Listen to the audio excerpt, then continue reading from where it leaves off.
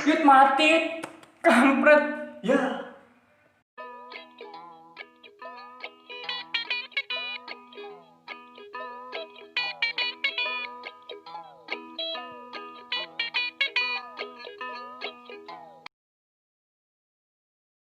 halo guys. Halo. Halo, selamat malam.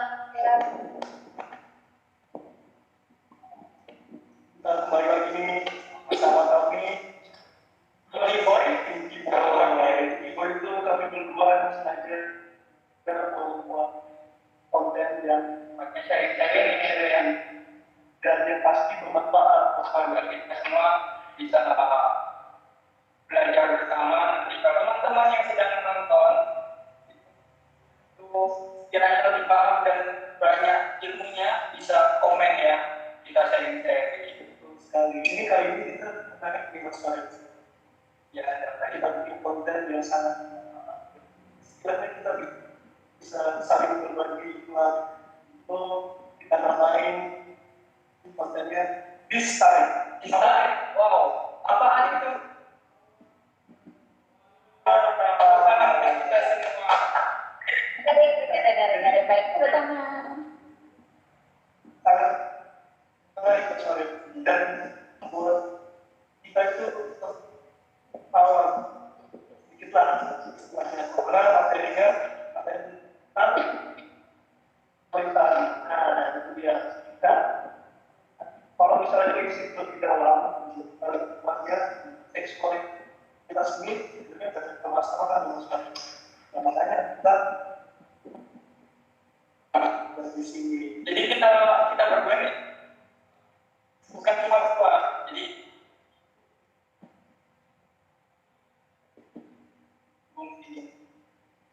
Google ini kan dulu. Ada Mbak Ainun. Halo Mbak Ainun, selamat malam. Halo. Dan ada apa lagi tidak? Ada Mbak. Oke, Mbak Dewi, halo. Halo, Mbak Dewi.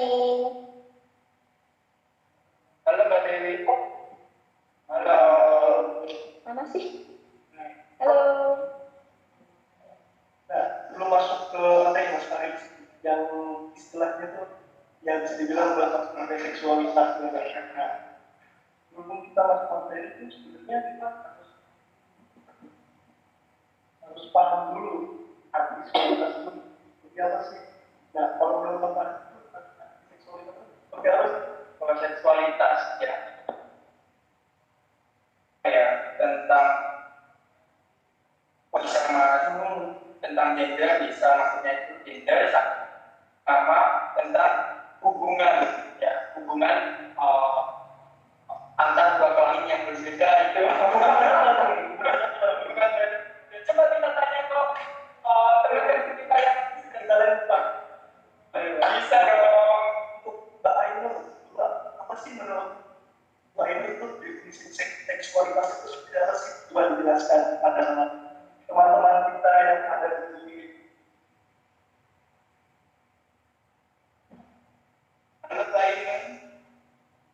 Halo. Oh, aku toh. Saya kira Mbak ini, Mbak Dewi. Iya dong. Mbak Ainul dulu. Nah, kalau berbicara seksualitas itu sebenarnya sangat luas sekali ya. Hal apapun yang terkait dengan kondisi biologis itu biasanya dikaitkan dengan seksualitas.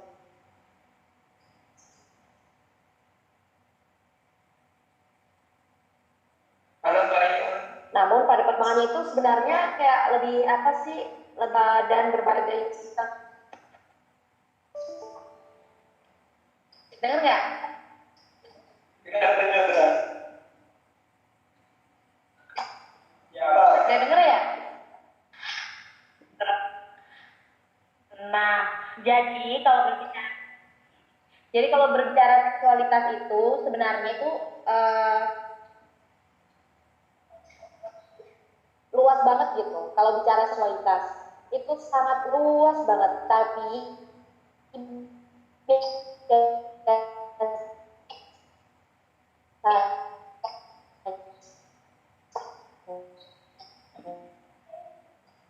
yes.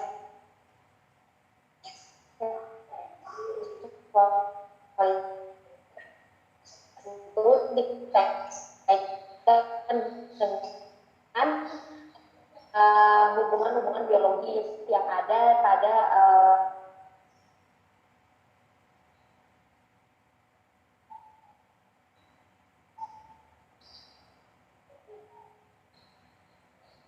Halo Mbak Ibu. Halo. Tampaknya kita sedang mengalami gangguan lewat daya, gangguan daya. Jadi sinyal di Indonesia ini ya ada di dalam. Mbak Inur, halo, Mbak Inur.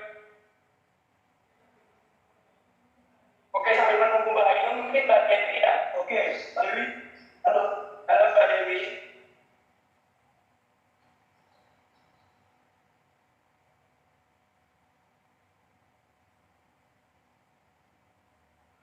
Halo Mbak Dewi. Halo. Apaan tuh? Halo. itu dari aku sih. Halo. Oh ya. Eh, Coba bisa dilanjutkan Mbak Inur. Mungkin tadi terkendala sinyal, suaranya kurang jelas. jadi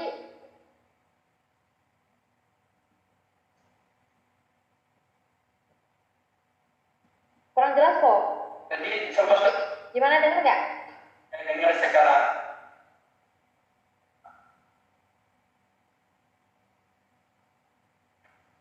Sekarang dengar jelas nggak? Dengar. Jelas. Bisa diulang Mbak Inur? Oke. Iya, tadi kan ketika kita berbicara seksualitas itu gitu kan, apa namanya, berbicara seksualitas itu yang nggak bisa sehari 2 hari, apalagi waktu sesingkat ini gitu, karena banyak banget yang bakalan dibahas. Misal seperti mitos keperawanan, mitos kecantikan, dan berbagai mitos yang ada di ranah publik dan diaminkan oleh apa namanya, masyarakat pada umumnya gitu. Itu sih, itu mungkin dari aku ya kalau seksualitas. Nah, gimana sih menurut kalian, selanjutnya gimana seksualitas? Gimana Mas Faris kalau menurut Mas Faris itu seksualitas? Oh, saya ini, iya, oke. Jadi menurut saya pribadi seksualitas tidak apa yang dikatakan Mbak itu latar belakang tadi juga di awal saya tidak sempat menyinggung seksualitas itu kalau bagi saya ya itu terbagi menjadi dua. Yang pertama itu tentang gender, laki-laki atau perempuan, dan yang kedua itu tentang hubungan badan. Nah, itu hubungan suami istri. Saya pribadi seksualitas apa menurut saya? Jadi kita sama-sama berpikiran seperti itu. Jadi ada dua. Jadi yang pertama itu gender, apa hubungan badan antara laki-laki dan perempuan. Itu yang ada di pikiran masing berdua. Ya, yang perempuan tapi ya kan sebenarnya kalau bisa dilihat dari data laporan yang ada di lapangan dan sebenarnya gender itu kita nggak bisa menempelkan atau kita nggak bisa contohnya sebenarnya yang lain lain kita seperti kemudian itu laki-laki dan perempuan. Gimana? Ya itu Kurang jelas tak? Gimana? coba lanjutkan. Jadi gini Pak Ibu, jadi kalau menurut kami berdua sebenarnya kita selalu pendapat dan sepemikiran gambaran umumnya itu ada dua. Kalau menurut kami ada gender dan ada hubungan badan antara laki-laki dan perempuan.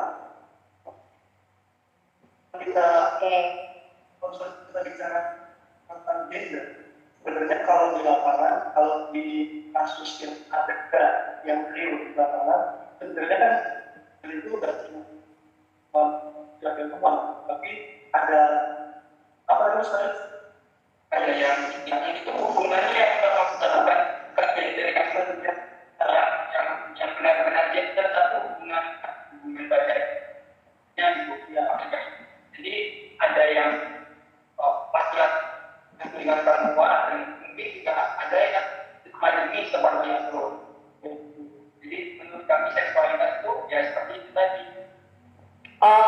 iya iya I see. Iya. Jadi menurut kalian seksualitas itu seperti itu gitu ya? Dengar nggak? Dengar ya? Oke. Ah, jadi kalau berbicara seksualitas yang sangat luas sekali itu benar sih kalau misal mau pengklarifikasian antara gender dan hubungan seks itu sih apa namanya? Itu dari kalian ya. Sebenarnya memang betul juga sih kalau kita bicara gender dan hubungan seksual, cuman dalam ranah ini nggak bisa sesempit itu gitu. Gender juga ada gender, ada orientasi seksual dan yang lain-lain gitu. Apalagi terkait dengan mitos-mitos yang aku jelasin tadi itu berhubungan dengan apa namanya keadaan biologis seseorang gitu, lebih ke keadaan biologis seseorang sih, cuman mengenai gender juga banyak dibahas gitu. Itu sih gimana? Menarik sih, makanya kita bisa nih undang Mbak Ibu nih untuk ngobrol diskusi tawa menarik di konten kami ini, dan kami yang memang minim pengetahuan tentang seksualitas bisa bertambah pengetahuannya dari pengalaman-pengalaman yang dapat oleh Mbak Ibu. Yang kita punya masa lebih punya sesuatu yang bisa kita ambil seperti itu. Itu tadi ya apa maksudnya aku harapannya konten ini tuh bisa ramah gender, bisa ramah terhadap siapapun tanpa mendiskriminasi orientasi seksual bagaimanapun dan yang lain-lain gitu. Jadi apa namanya lebih ke apa ya, lebih menghargai sesama manusia gitu, tidak menutup latar belakang ada gitu loh. Jadi mau berorientasi seksual apapun, mau orang dengan HIV/AIDS, mau disabilitas dan yang lain, kita perlu menghargai itu semua gitu kan. Itu sih harapannya ya. betul. Pasti konten ini ditujukan untuk kayak gitu kan, Pasti. untuk memanusiakan Manusia. betul. Nah, saya tertarik tadi Mbak Ainun tadi yang menurut pendapat Mbak Ainun itu seksualitas dengan mitos-mitosnya seperti itu. Nah, Mbak yang melingkupi anak seksualitas itu tadi.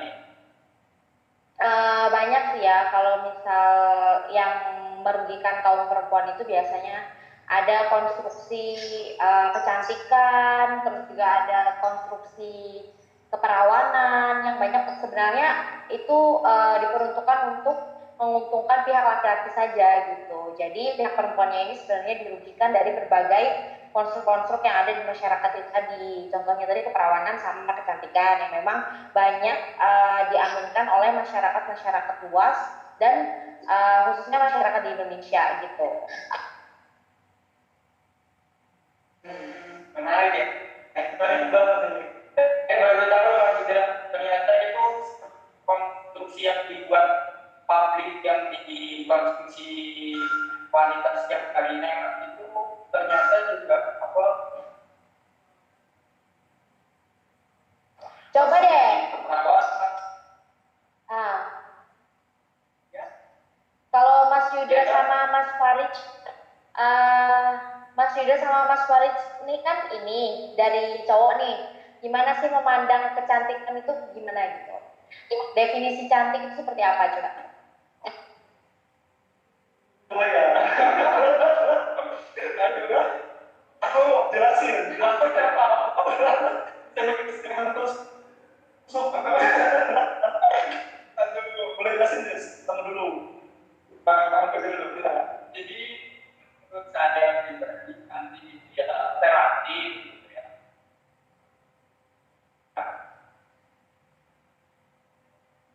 Perempuan itu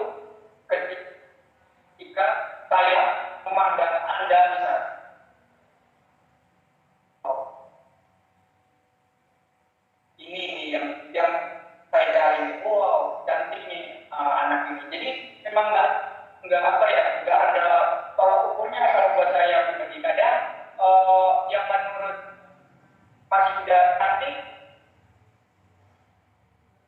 baliknya menurut Mas Yuda cantik, nggak cantik, maksudnya menurut saya jadi cantik seperti itu. Tapi yang jelas perempuan saya anggap cantik itu ketika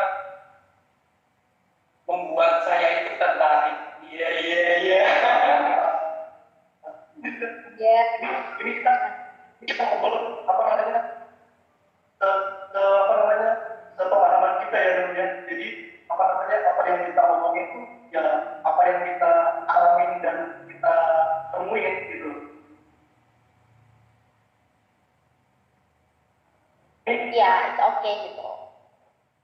Lagian kan kita di sini juga niatnya sama-sama belajar. Betul. Nah, tadi kan dari pandangan Mas Madan nih sebagai cowok. Nah, ini pandanganku sebagai cowok juga. Nah, ini beda nih. Macam gimana? Kalau menurutku, cantik itu ini dari pertama ini aku kalau misalnya boleh begitu dari pertama kali aku SD sampai sekarang definisi cantik itu ketika ini menurutku nanti kalau misalnya teman-teman mau setuju apa enggak sama pendapatku itu balik lagi ke pilihan masing-masing. Ini kan kayak pendapatku ketika perempuan itu tersenyum. Jadi kalau misalnya ini perempuan nggak senyum, aku nggak apa namanya nggak tertarik. Ketika perempuan senyum, aku baru kan dia cantik. Itu. Nah kalau misalnya dilihat dari cantik apa enggaknya perempuan itu, kalau misalnya itu pasti diganggu pikir. Iya. Ini pendapat ya. Itu nggak bisa dilihat dari wajah aja, tapi dilihat dari tingkah laku, perilaku perempuan itu sendiri. Ketika apa namanya di perempuan ini nggak mencerminkan kecantikannya itu sama ya.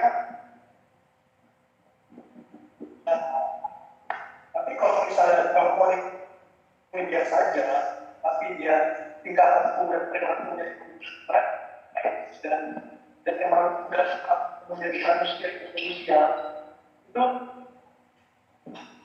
lebih seperti itu. Tapi kalau misalnya ada yang salah, boleh dimintain terus bisa koreksi dua karena kita kan ada sebagai cowok gitu. Oke nih kalau menurut aku ya, jadi kita tidak bisa menyalahkan definisi seseorang dalam memandang kecantikan maupun berbagai mitos yang ada gitu.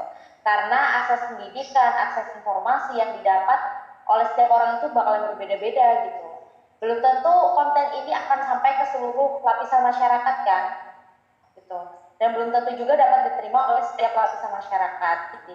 Nah jadi at least kita berpandangan dari kacamata yang mungkin bisa apa ya menguntungkan baik perempuan maupun laki-laki dan tidak ada yang diskriminasi sama sekali gitu. Nah kebanyakan memang kalau di negara kita plus 62 cantik itu lebih ke apa fisik ya. Jadi kayak lebih ke putih, tinggi, langsing, gitu-gitu kan, itu kan bukan item banget gitu kan.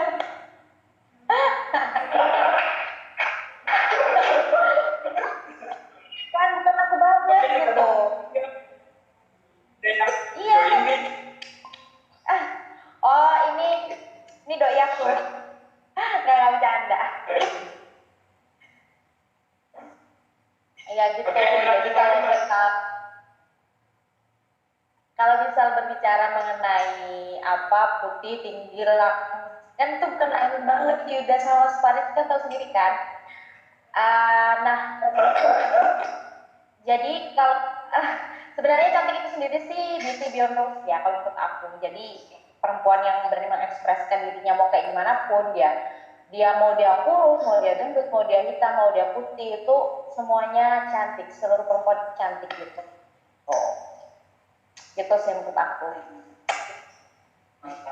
Yuda ada perempuan yang senyum itu kena sindrom nggak bisa senyum dan wajahnya datar-datar aja itu gimana ya? Masa kamu bilang nggak cantik?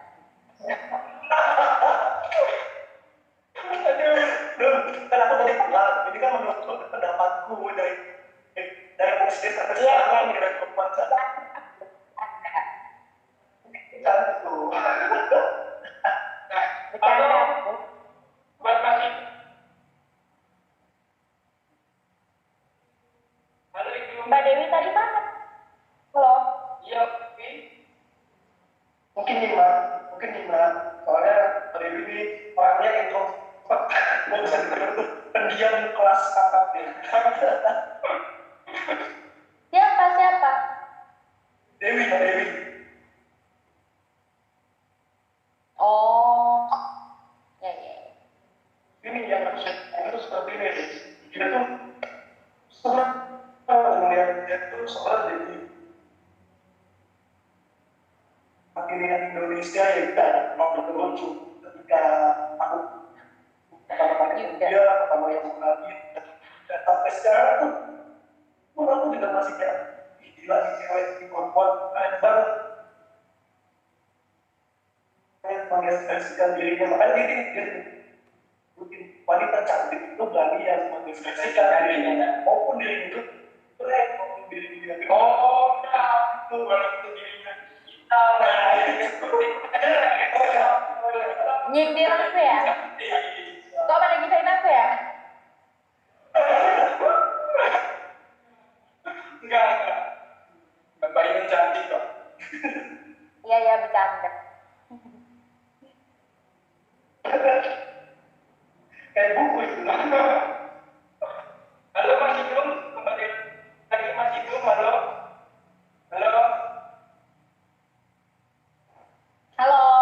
Hai. nanti kalau misalnya dia mau kita juga ada ngomong nah sekarang kita tujuannya ke Mbak Inun dulu sumber utama dia ini punya pikiran kritis banget sekali terus sekarang bongkar langsung bongkar oke Mbak Inun Apa yang dibongkar, guys? Halo. mau tanya boleh Kita sharing kan? Oke, boleh aja.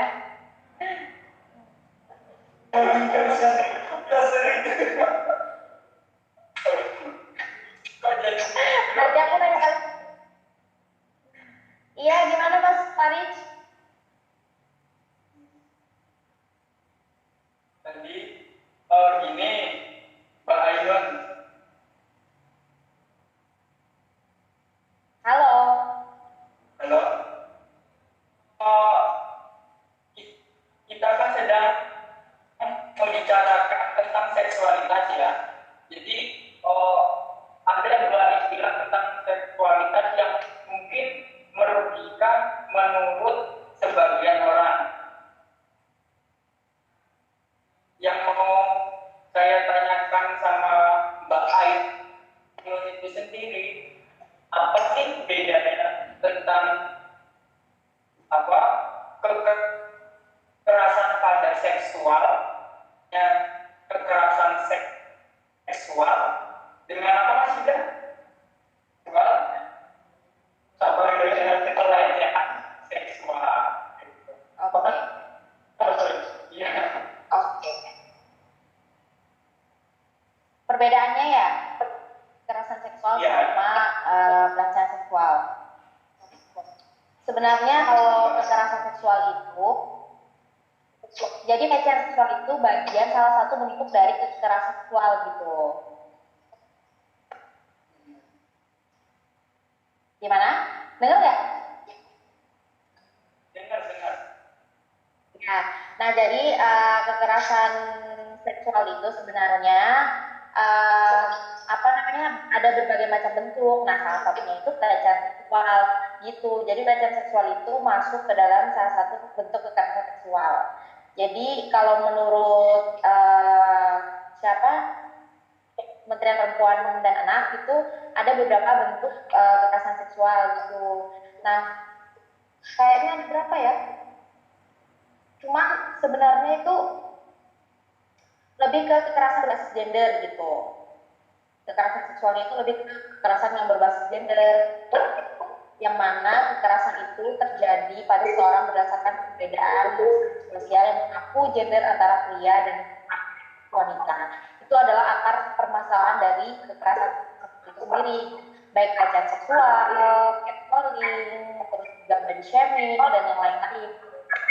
Perbudakan seksual, prostitusi yang disengajakan, transnasional, ya semua itu apa namanya, akarnya itu sendiri kekerasan yang berbasis gender itu sendiri. Jadi kekerasan yang berbasis gender ini menjadi kepanjangan tangan dari kekerasan seksual. Oh, berarti garis besarnya tuh sebenarnya ada perbedaan ya. Cuma orang sadar itu kekerasan seksual itu intinya, ada kekerasan seksual itu isinya ya. Iya, iya, iya. Betul, betul, betul. Nah, tadi kan sebelum kita mulai diskusi ini, tadi sidang nih, aku tuh udah nyari apa namanya berita-berita. Jadi yang baca berita itu sumbernya itu dari data.bk.com. Jadi menurut data KPAI pada tahun 2019 ini bulannya itu bulan Desember. Nah, ada 123 anak jadi korban kekerasan seksual di institusi pendidikan.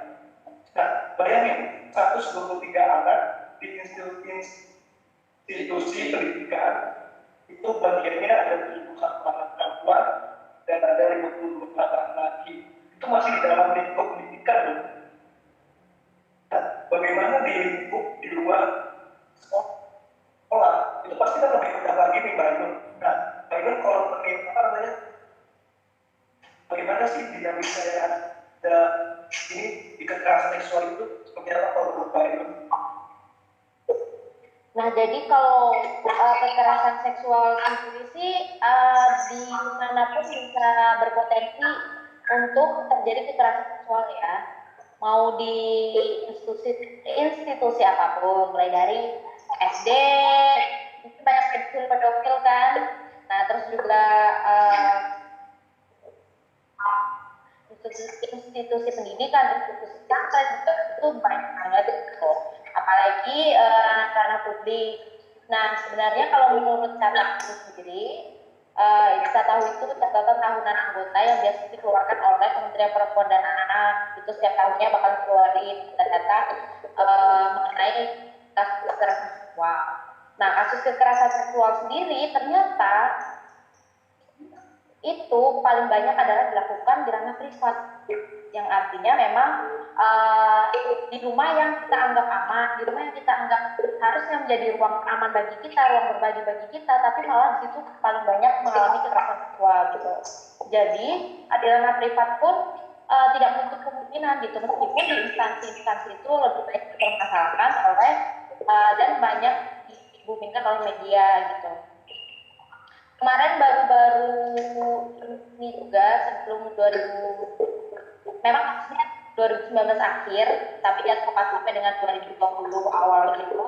Jadi ada kasus kekerasan seksual di pondok pesantren. Saya bayangkan pondok pesantren gitu kan. Di sini siapa sih yang mendoktrin anak itu pengen anak diperkosa gitu kan. Padahal dipondokin diketahui ilmu agama, diketahui ada akhlak kayak gitu kan, biar merasa aman. Orangnya pasti orang tua mana sih yang nggak merasa aman kalau di pondok. Nah, hal-hal yang dijamin pun bahkan ya oleh publik apa ya diaminkan gitu kan, ini pun masih berpotensi untuk terjadi kekerasan seksual. Bahkan itu hampir puluhan santri yang yang jadi korban kekerasan seksual gitu. Jadi dimanapun itu terjadi kekerasan seksual, baik karena domestik, karena publik, prostitusi, dan yang lain-lain gitu. Gitu sih Mas.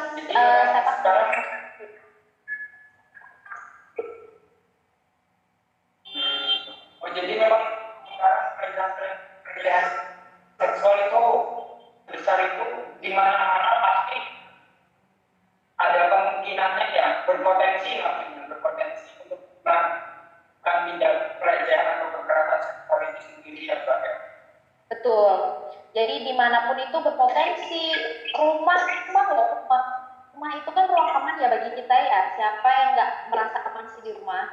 Itu pun masih potensi paling tinggi kedua itu dari kasus kekerasan seksual. Itu menurut catatan tahunan anggota sih. Itu yang tercatat gitu.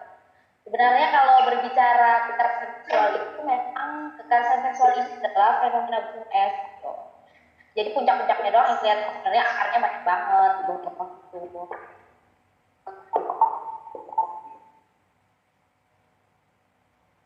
Nih, saya juga punya pertanyaan lagi nih buat kalian.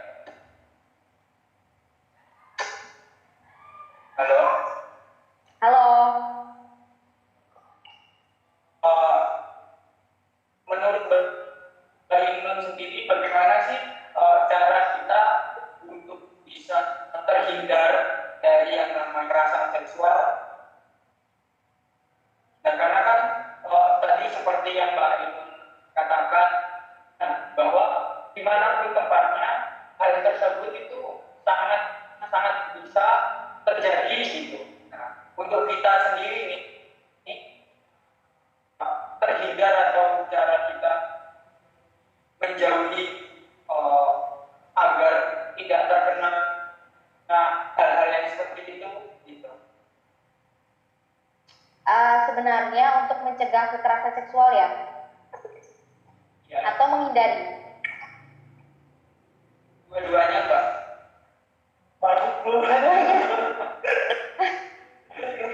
Marah.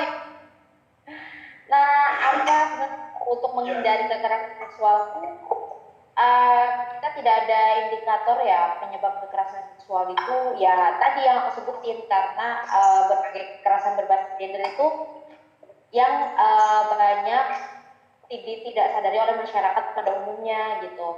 Jadi lebih ke apa namanya, mungkin kesadaran apa setiap anggota keluarga dulu misalnya di lingkungan terdekat kita harus sadar betul mengenai apa namanya berbagai kekerasan berbasis gender seperti stereotip, subordinasi, apalagi yang menjadikan objek apa tubuh perempuan dijadikan objek sebagai apa pemenuh seks gitu. Nah, jadi hal-hal yang kayak itu perlu digeser dulu. Nah, perlunya konten-konten kayak gini itu harusnya sampai ke ranah-ranah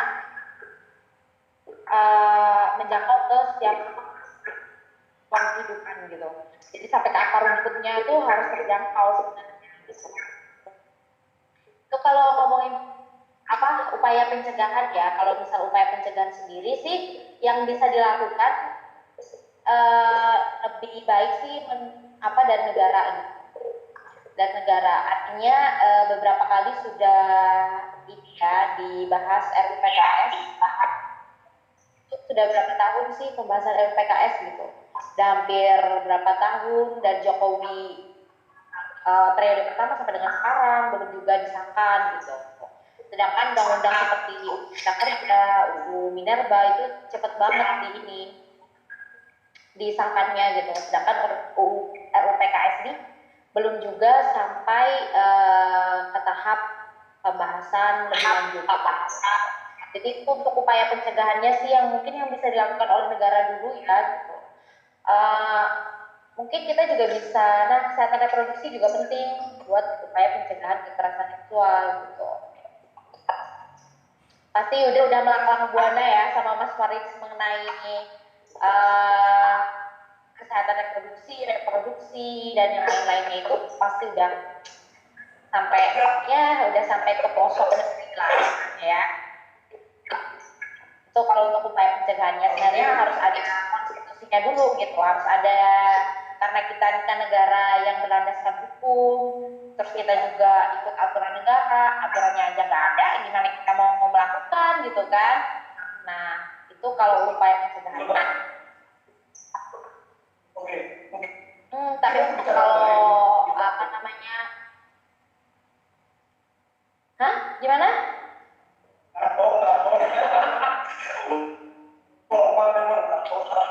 Daftar. Oke. Jadi ada juga itu kemarin yang apa? Gimana? Oh iya, kemarin tuh ada yang sempat viral yang sempat di beberapa platform kampanye kan mengenai kalau misal KDRT gitu atau kekerasan seksual terjadi di rumah, itu kan ada apa namanya, ada lambangnya gitu atau ada simbolnya untuk perempuan yang atau siapapun deh yang jadi penyintas gitu. Jadi misal nih di KDRT sama si Yuda gitu kan, terus aku nih video call biasa aja nih, biasa aja sama Mas Faris nih bisa aja, padahal aku sebenarnya minta pertolongan. Nah simbolnya itu kayak gini, kayak gini, kalau kayak gini. Oh iya betul begini. Iya. Itu kan lagi rame ya. Itu aku rasa memang perlu seluruh masyarakat itu buat paham itu, aku rasa memang perlu.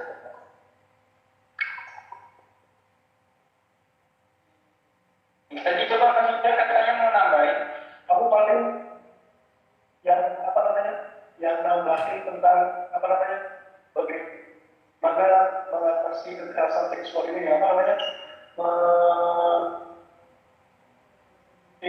kalau misalnya untuk langsung ke negara kayaknya bisa dibilang kayak paling tadi susah banget kayaknya nentuin apa namanya, hukuman-hukuman yang harusnya tepat gitu loh buat pelaku kekerasan seksual ini. Tapi kalau misalnya itu mungkin kita bisa,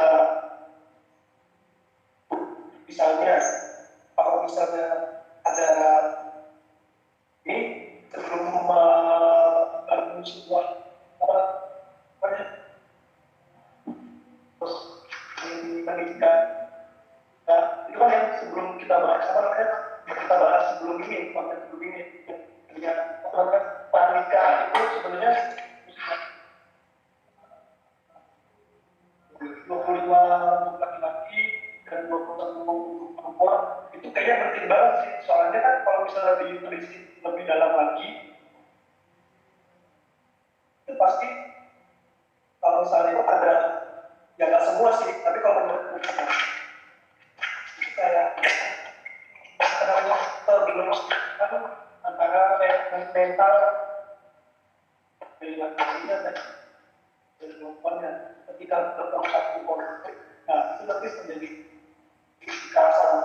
Mungkin seperti itu sih kalau menurutku, walaupun dianggap lebih instinktif. Kalau misalnya dilihat dari kekerasan seksual ini mungkin bisa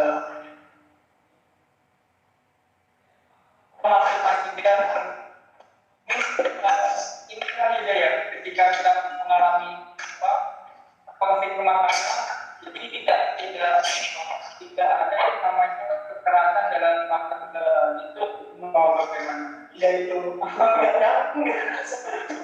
kekerasan seksual.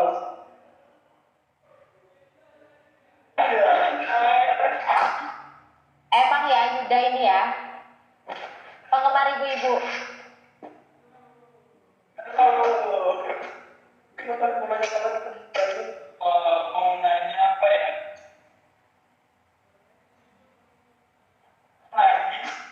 Mungkin kalian punya pertanyaan buat kami sebagai laki-laki. Mungkin saya boleh posting dulu. Oh iya. Tapi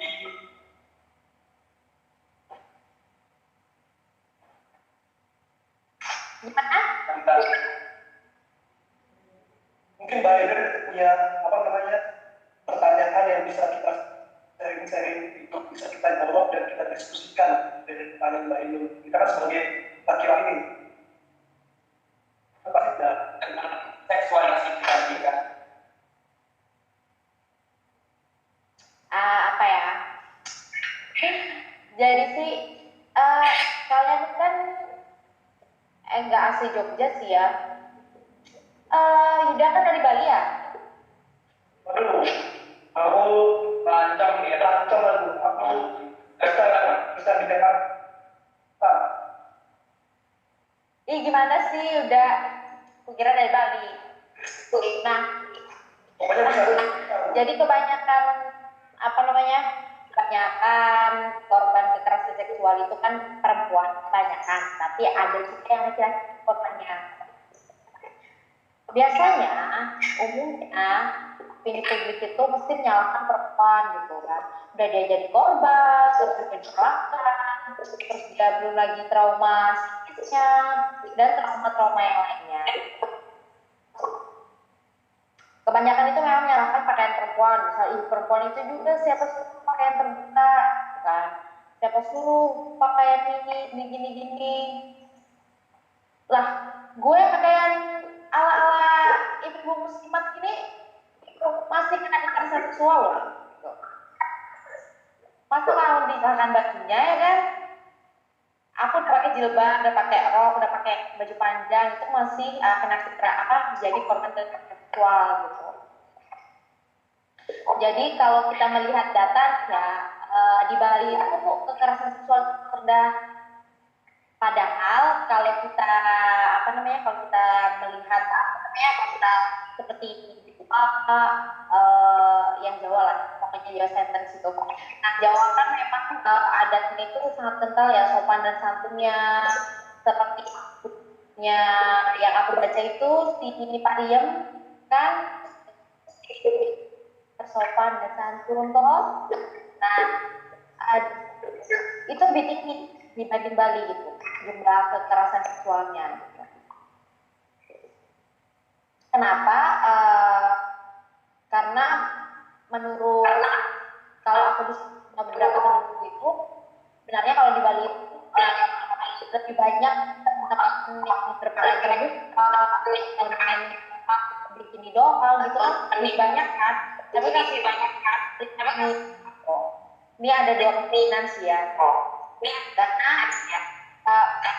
kalau kekerasan seksual itu memang harus ada unsur paksaan dan tidak. Mungkin Bali banyak yang nyaman dan merasa oke. Nah saya itu karena itu sudah terbiasa gitu melihat perempuan pakai baju minim-minim, weekends dan yang lain-lain ya, jadi udah biasa gitu kalau masyarakat Bali. Jawa sendiri yang kayak gini kan, kayak aku pakaiannya masih menjadi korban kekerasan seksual gitu.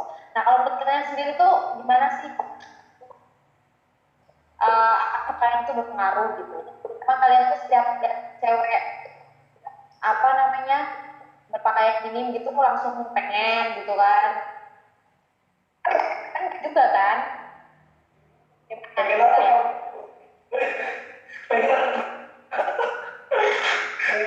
Hah?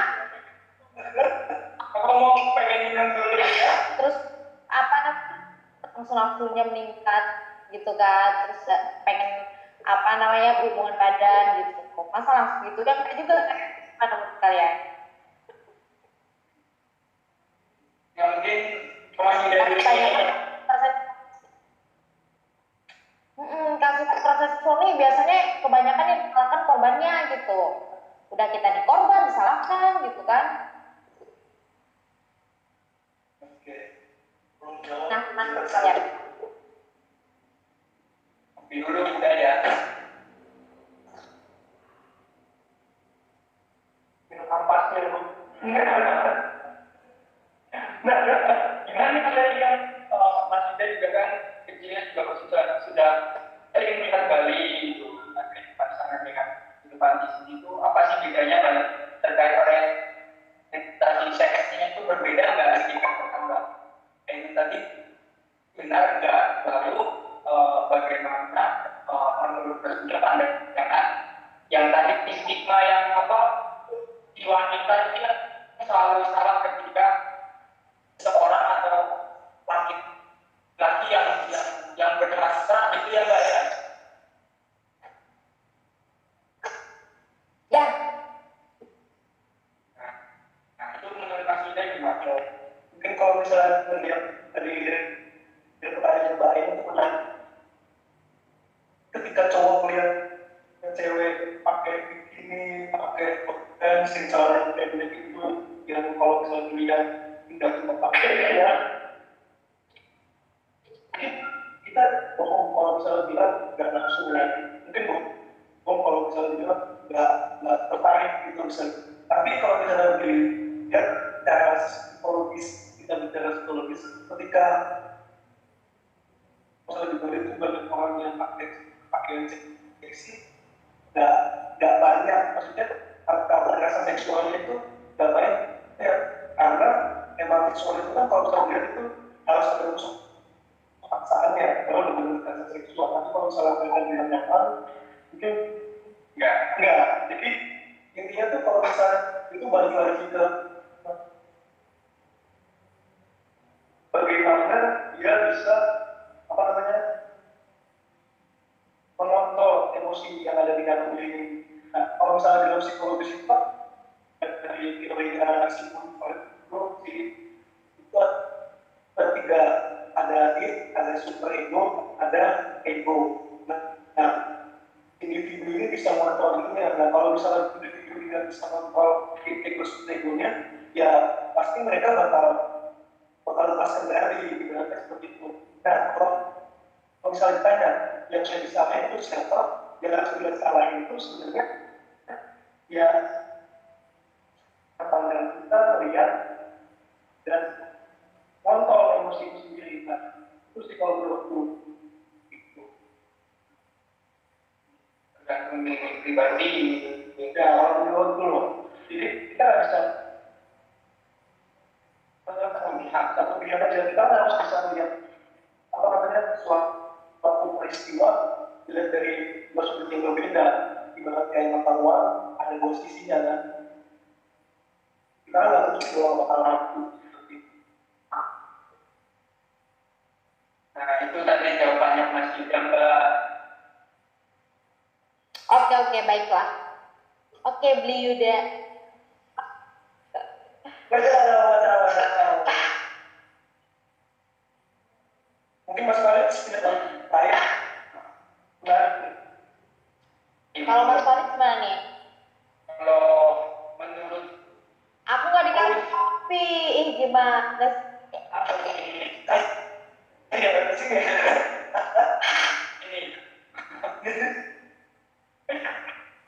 Gak bisa lah kopi virtual, enak aja.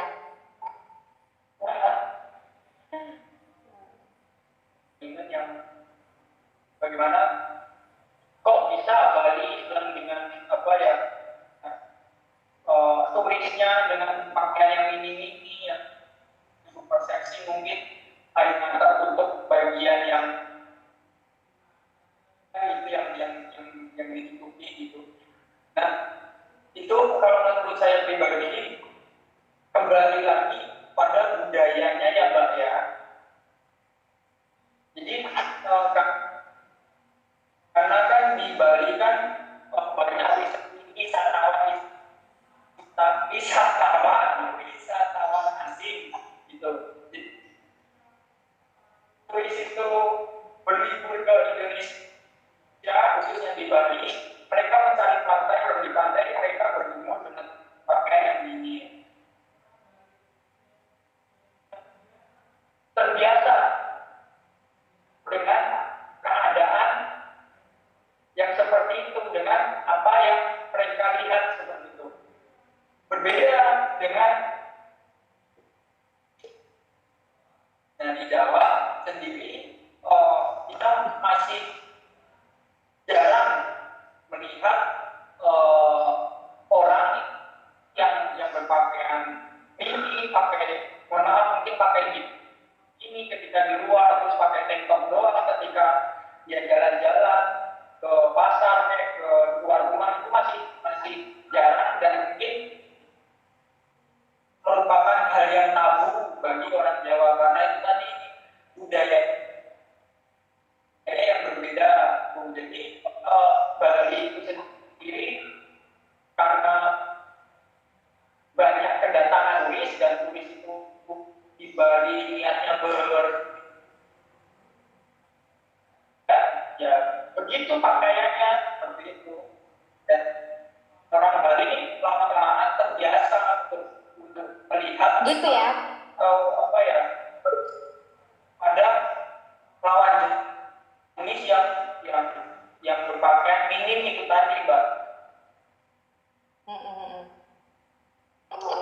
Jadi apa? Mau menghitamkan kulitnya? Aku aja udah hitam loh kulitku. Berarti aku nih zaman para bunda ya?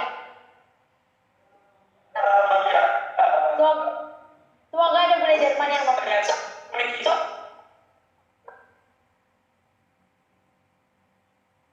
jadi sih ya itu tadi sih benar memang kebudayaan. Jadi memang kita tidak bisa menyalahkan kalau memang apa namanya akses informasi dan akses pendidikan itu dapat juga berbeda-beda. Tapi tidak menutup kemungkinan orang dengan akses informasi dan pendidikan yang cukup melakukan kekerasan seksual gitu. Siapapun berpotensi menjadi pelaku dan siapapun berpotensi untuk menjadi penyintas gitu. Jadi tetap apa ya, aware sama sekitar kita. Oke. Oh iya, tadi tuh sebenarnya kekerasan seksual tadi kan ada dua, kekerasan verbal maupun non verbal, kekerasan fisik maupun non fisik gitu. iya ya. Nah, menarik nih. Baik, aku mau nanya nih. Tadi bahwa Mbak Ainun aja udah mencontohkan Islam banget pakai kru nah, tapi kenyataannya Mbak Ainun itu pernah mengalami kekerasan seksual. Nah, kita bayangkan nih, kekerasan seksual seperti apa yang Mbak Ainun alami? Kepo banget sih. Iya. Jadi kalau Mbak Ainun menceritakan di sini tidak masalah. Kita cuma berkuit ya. Iya, apa sebenarnya sih kalau kasus kekerasan seksual aku mungkin lebih ke apa ya? Secara fisik gitu loh. Jadi dia kayak catcall gitu di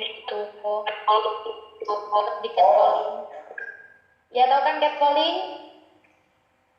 Di apa hai cewek gitu-gitu loh. Kenalan dong ke HP gitu. Secara verbal berarti apa ya? Ya, secara verbal dan verbal gitu. Jadi aku aja merasa menjadi korban kekerasan seksual gitu loh.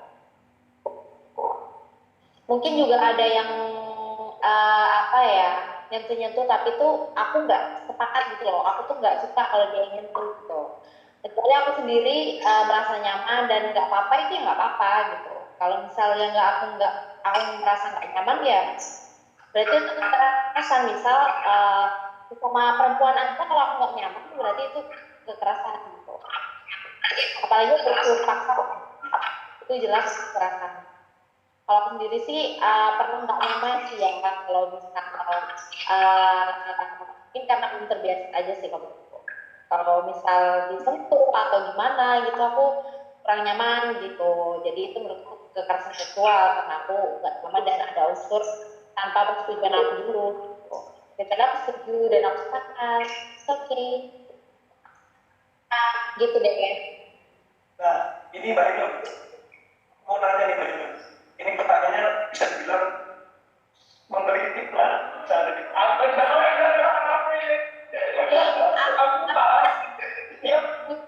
Ya ampun dah. Ini pertanyaan serius. Cuma mengkritik. Coba. Mbak Ainun bisa dengar aku? Dengar. Dengerin secara sesama ya, yang memberikan cerita.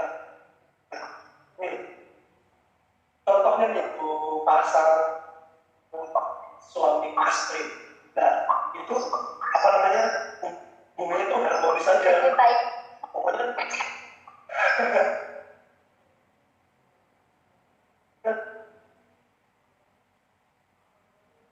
hubungan intim, hubungan badan.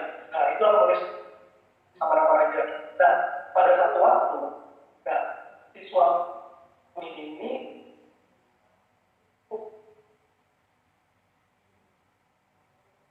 berani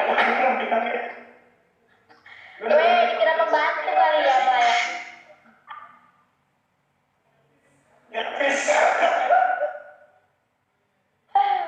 Istilahnya Pak.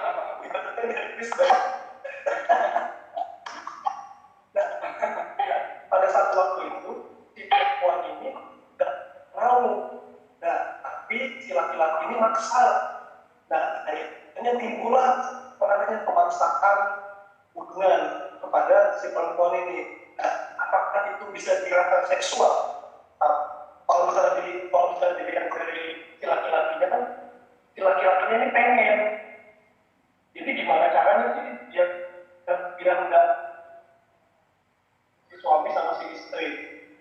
Seperti itu. Gimana pertanyaannya? Batas. Haha. Ya.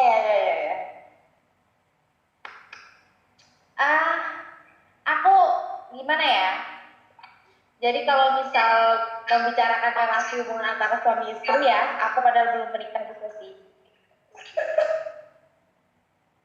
Cuman nggak enak ada calon suami pendengar, jadi harus baik-baik di hadapan publik. Nggak bercanda. Jadi ini ya, konsepnya. Karena yang punya nafsu itu doa. Yang punya nafsu, emang cewek nggak punya nafsu gitu kan? Mau yang pengen itu cowok, mau yang pengen itu cewek, kalau emang nggak ada persetujuan ya nggak usah dilakukan gitu. Nah, kita memaksa. Itu pun dalam agama itu pun enggak emang ada beberapa dalil yang memang kita dicambuk sampai subuh kalau nggak mau nurutin ya. Nah itu sih sebenarnya paling berpengaruh di masyarakat gitu. Kalau misal agamanya Islam pasti itu biasanya itu yang digunain gitu. Misal nggak mau melayani suami itu bakalan dicambuk sampai subuh gitu. Padahal kalau ada yayasan gitu kan, pengajian kitab kuning, forum kajian kitab kuning diinisiasi oleh Kiai Gus Dur. Nah, beberapa ada tulisan bukunya itu Kembang Setaman Perkawinan. Nah, di situ jelas dijelaskan sedetail-detailnya bahwa memang perempuan itu boleh menolak gitu. Dan jika dipaksa itu termasuk kekerasan seksual gitu. Meskipun dalam ikatan pernikahan gitu. Emangnya lo nikah cuma buat itu Emangnya lo nikah cuma buat berhubungan seksual gitu? Enggak kan? Jadi memang harus relasi antara suami dan istri itu memang harus setara gitu. Jadi dikomunikasikan dengan baik, maunya seperti apa, dan memang sebelum nikah sudah ada kesepakatan terlebih dahulu gitu. Apalagi mengenai kebutuhan seksual dan yang lain-lain itu memang harus dibicarakan sebelum nikah gitu. Karena itu penting akan keberlangsungan keutuhan keharmonisan rumah tangga. Biasanya banyak perempuan yang memang jadi korban ya dari doktrin-doktrin agama yang memang bukan salah sih menurutku, mungkin perlu pembaharuan gitu. Nah, itu yang dijadikan dalil, yang dijadikan dasar dalam laki-laki pengen sendiri gitu. Ya nggak menutup kemungkinan juga kalau laki-laki yang menjadi korbannya gitu. Jadi relasi antara suami dan istri itu, makanya kalau di genre itu kan rencanakan pernikahan dulu untuk yang terencana gitu kan. Kebutuhan seks juga perlu dibahas, terus juga tes HIV, tentang reproduksi, yang mana ini semua itu akan akan menjadikan keharmonisan di dalam keluarga gitu. Memang harus dikomunikasikan dan terbuka, lebih transparan gitu. Jangan ada yang ditutupi. Biar kalau nikah itu sudah habis semuanya. Jadi masa-masa perkelahian yang tidak berguna itu gitu. Memang harus terbuka lebih dahulu. Ya, perempuan boleh menolak tidak hubungan badan gitu. Begitu pun laki, perempuan pengen terus dia yang capek ya udah nggak usah. Kalau dibilang itu udah nanti kalau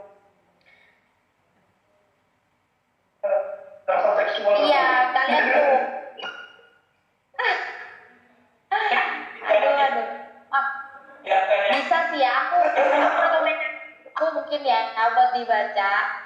Itu ada Kembang Taman Perkawinan, itu emang udah nggak dirilis lagi sih, emang nggak diterbitkan lagi.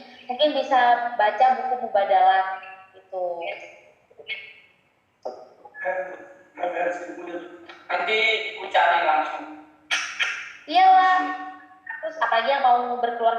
harus tahu dong.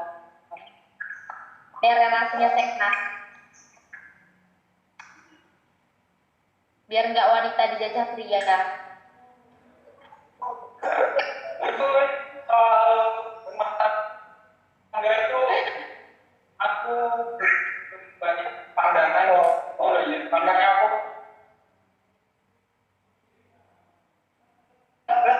sama kita. untuk membayangkannya saja rasanya itu masih jauh gitu, masih menggapai-gapai. Oke, baiklah. Makanya rencana kamu untuk generasi yang rencana. Nggak salah gitu. Kalau Waduh, salah lagi.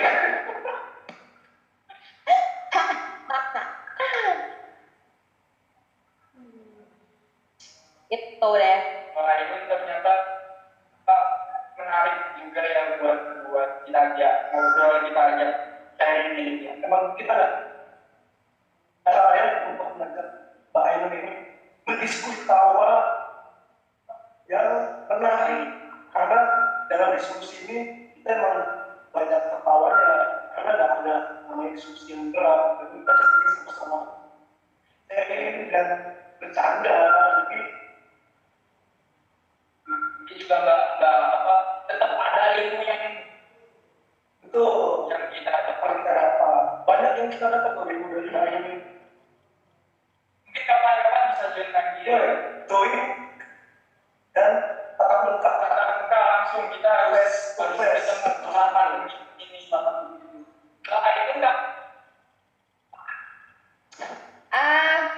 Nggak tahu ya. Juli kayaknya. Waduh, oke, kita agendakan ya. kita agendakan kopi bareng. Kita agendakan kopi. Kita tuh sekali-kali di workspace gitu loh. Harus. Kan tuh. Meskipun mahal, jadi yang pesen nanti udah doang. Kita nebeng duduk. Bawa kanan dari tujuan.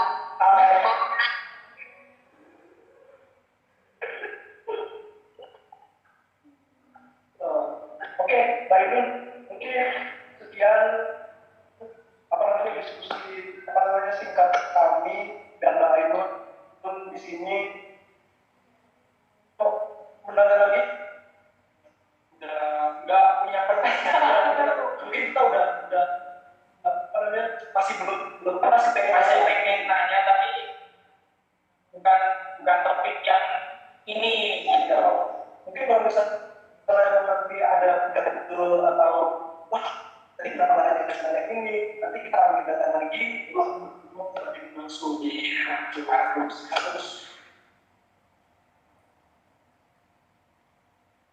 Halo. Halo.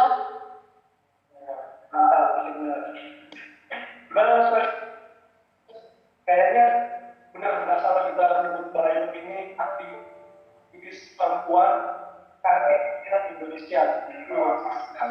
Kita emang wawasannya itu sangat luas sekali. Bacot sih, udah bacot ya.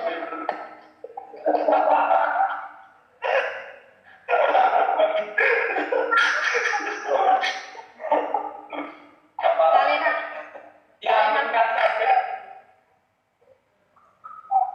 terjadi pada diri Bali. gimana? Diaminkan saja, semoga apa yang diucapkan Mas Indra terjadi pada Mbak Ainun. Amin.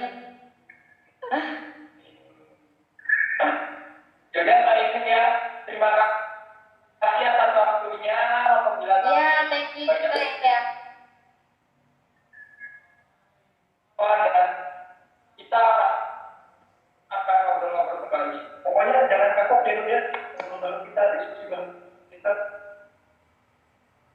Siap.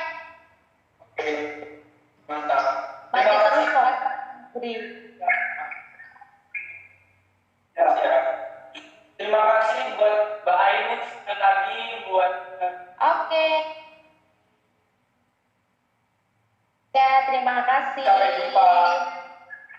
Sampai jumpa. Dan Assalamualaikum warahmatullahi wabarakatuh.